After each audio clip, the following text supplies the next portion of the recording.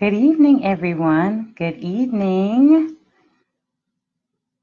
Good evening. I'll give some people an opportunity to jump on.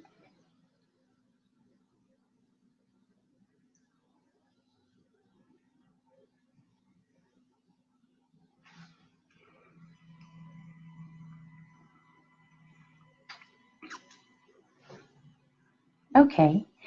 For those of you who do not know me, my name is Dr. Sarissa Hugie. I am a psychiatric mental health nurse practitioner, and I am coming to you live for Mental Health Monday. Thank you so much for joining, Courtney. Every Monday, I have been getting on and providing various mental health tips, giving information about mental and emotional health and wellness. And today we're going to be talking about what I would consider an interesting topic, cognitive distortions.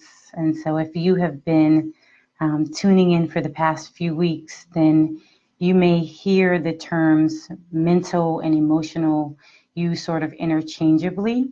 And this is because we understand that there is a direct correlation between our thoughts and our feelings. And this connection between the thoughts and the feelings, ultimately they dictate our actions, which in turn dictate the course of our lives. And I cannot reiterate enough how our mental and emotional health impact every area of our lives. And so, that is my mission, to at least get people paying attention to their mental health and understanding the importance of it, because it's critical that we are proactive about our mental health and that we're paying attention.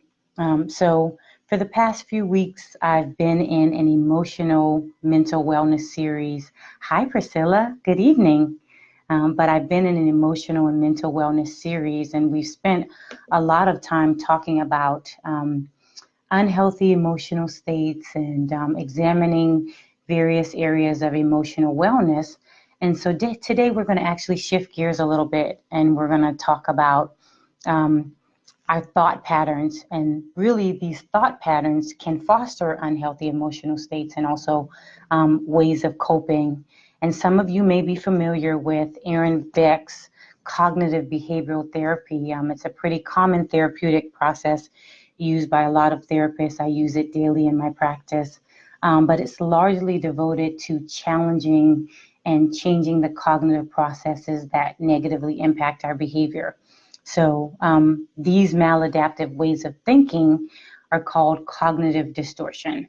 So maybe over the course of the next few weeks, we will examine, what some very specific cognitive distortions, what that looks like, and then also I will provide you with a few tips on how to overcome those distortions.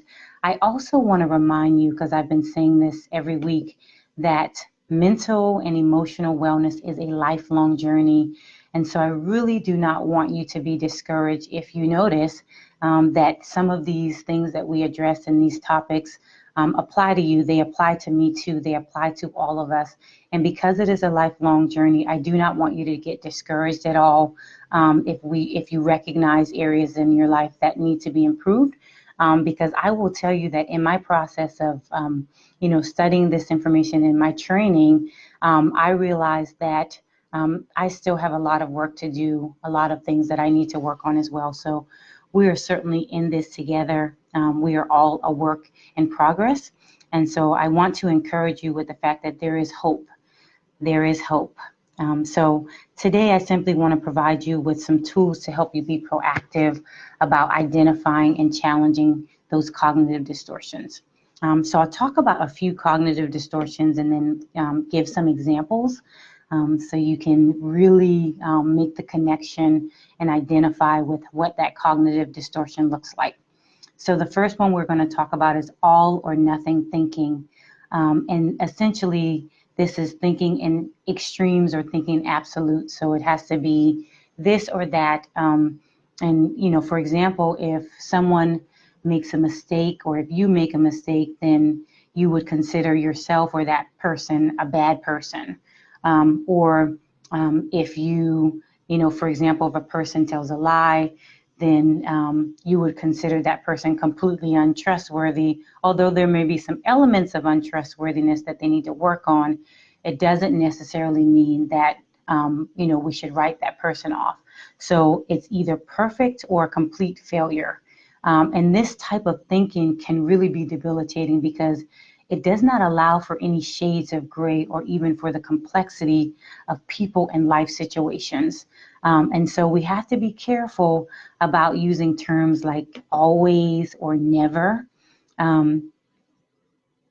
Those various terms, essentially, kind of exclude certain things, and everything has to fall neatly in that box in order for you to, be able to categorize those things. So it's important to really consider the complexity of life and not necessarily do the all or nothing. It is or it isn't. Another type of, it's very similar to all or nothing, but another cognitive distortion is overgeneralization. So basically you draw a conclusion based on a single incident or a single piece of evidence. And you see this as a complete failure, or you see it as something that's going to be a repeated failure in your life. So you overgeneralize. So for example, you may have had one bad experience with a friendship, and you may consider the fact that you may never be able to have friends. Or I've heard people say this, they may have had difficult relationships with women, and I've heard some females say, well, I don't like girls. I don't like to have girls as friends. Or you may have had some negative experience with men, so you may consider that, all men are not worth it, or all men are terrible. So that would be the concept of overgeneralizing. You're taking one event and you're making a conclusion about an entire group of people or an entire situation. Catastrophizing, this is another type of cognitive distortion, because with catastrophizing, you completely blow things out of proportion, and you really consider that everything is a complete disaster. So you get to the point where you go into specific situations and you're expecting a disaster, and you're asking yourself, well, what if this happens? And what if that happens? And what if this goes wrong? And what if that goes wrong? So that would be catastrophizing, thinking that everything is going to be a complete catastrophe. Another type of cognitive distortion is minimizing. And I think that this is very interesting. And with minimizing, you're dismissing negative things. You're only wanting to see the positive. And so, you would think that this is a great thing, right? That you are not necessarily looking at the negative things and focusing on the negative, but you're looking at the positive. You're being optimistic. But again, this is also a cognitive distortion because it's not necessarily based in reality. Hey, babe, thank you so much for joining. Thank you so much. Thank you, Courtney. Yes, we're definitely all a work in progress. But yes, so we are talking about minimizing and how this could be, if you're not careful, people may consider this a good thing because you see, the positive in things, but it also causes you to miss certain things that you really should be paying attention to, certain red flags about things or red flags about people that you should be paying attention to, but you're dismissing those things because you only want to see the positive. And that is not based in reality. So the next cognitive distortion that I'm going to talk about is actually the opposite, and it is mental filtering. And mental filtering meaning that you filter out all of the positive aspects of an event or situation or person, and you dwell on the one negative thing that happened. So, you may have, for example, if you've ever played on a sports team, I've not, but this is a good example. You may have won the game, but you are only focused on the fact that you missed the shot, or you didn't pay attention to something, and that one negative thing that you focused on really characterizes that whole event. You're unable to process the fact that it was a positive experience because you actually won the game. And then another type of cognitive distortion I want to talk about is taking things personally. And basically, this is something that certainly we're all guilty of, but rushing to negative interpretations of things. So essentially, something may happen, and so often we tell ourselves a story in our mind because we don't understand the other person's actions. So we automatically assume the worst. If we're in the presence of someone and they're quiet, then we may assume that they don't like us. When really that person could just be in deep thought, or they could not be feeling well. So rather than asking that person directly, we make these assumptions based on their actions that we don't necessarily understand. And then the last cognitive distortion that I want to talk about today is the fallacy of control. So, and this can be one extreme or the other. It can be that you feel completely helpless, like you're a victim to your circumstances, and you have no control over anything that happens in your life. Kind of the woe is me mentality. I just, whatever happens, life is sort of happening to me. I don't have the ability to change or control anything about my circumstances. Or it could be the complete opposite of that, or that you feel completely responsible for either the pain or happiness of other people around you. So again, you internalize that responsibility. You feel like that is under your control. And I really think that cognitive distortions are interesting. Is something that we all do, from time to time without even realizing, these are sort of our automatic thought processes that we come up with. So today I've addressed 7 cognitive distortions, but I don't want to leave without giving you some tips or ways that you can actually challenge those cognitive distortions. Because this is very important. So one of the things that you can do to transform your thinking is to stop mind reading. So stop making assumptions without verifying the facts. And this will really help us navigate relationships because, rather than making assumptions, you ask people directly. Because the stories that we tell ourselves have a significant impact on our feeling. So I'll give an example of this. If someone is, for example, I'll use this as an example. If it's a married couple and, the husband, for whatever reason, typically calls the wife during lunchtime, but for whatever reason today didn't call that wife. So the night before, they had an argument that they had to work through. They had to resolve the issue. Well, because the husband didn't contact the wife, then the wife automatically might assume that the husband is, still mad at her for whatever reason, even though she thought the issue was resolved. He might be still holding a grudge. He might be still giving her the silent treatment. And so when he gets home from work, she doesn't ask him directly what happened or why he didn't call. He doesn't think about it. So she goes to bed still very upset, thinking that, he's giving her the cold shoulder. Well, in reality, he had an emergency at work, and so he wasn't able to call her.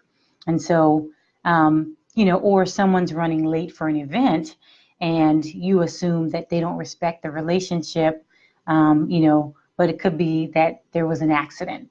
So if you knew that there was an accident, you would have a quite different emotional response than if you felt like they were just brushing you off, or if the wife knew that there was an emergency at work and she had asked him, it's unusual, honey, that you didn't call, then, that point of communication, him telling her that there was an emergency, would create a different set of emotional responses.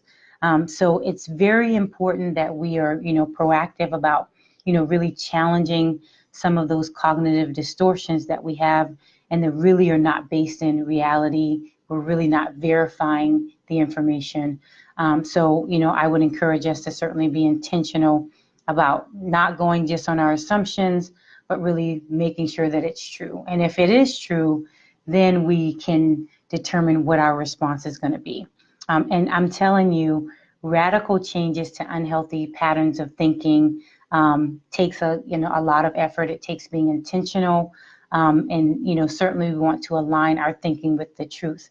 So I don't want you to underestimate the amount of effort that this will take, because these are automatic things that we do that are innate, that we've learned over time, ways of thinking and ways of being. So we've addressed 7 cognitive distortions today, and I'll just recap. We talked about all or nothing. We talked about overgeneralizations, catastrophizing, minimizing, mental filtering, taking things personally, and also the fallacy of control. If you are watching the replay, I hope that this information is beneficial to you all. And I definitely want to thank everyone for tuning in. And I want to leave you with a self-care tip for today. And that tip is practicing mindfulness. Because with life being so busy, so often we are either focused on the past or we are on our grind and hustling and working towards the future. And it can become a struggle to really stay present in the moment. So mindfulness is really the process of staying present in the moment and being intentional about that, paying attention to the experience, paying attention to your thoughts, your feelings, your emotions, all of those things. And it takes a lot of discipline to be able to do that, not to think about the past or the future, but really to stay present in the moment. So thank you all so much for tuning in for Mental Health Monday, this evening edition. Hey, Tracy. Hey, Chris. Thank you all so much. And I just hope that you enjoy the rest of your evening and that this information has been beneficial to you. Have a great evening. Take care.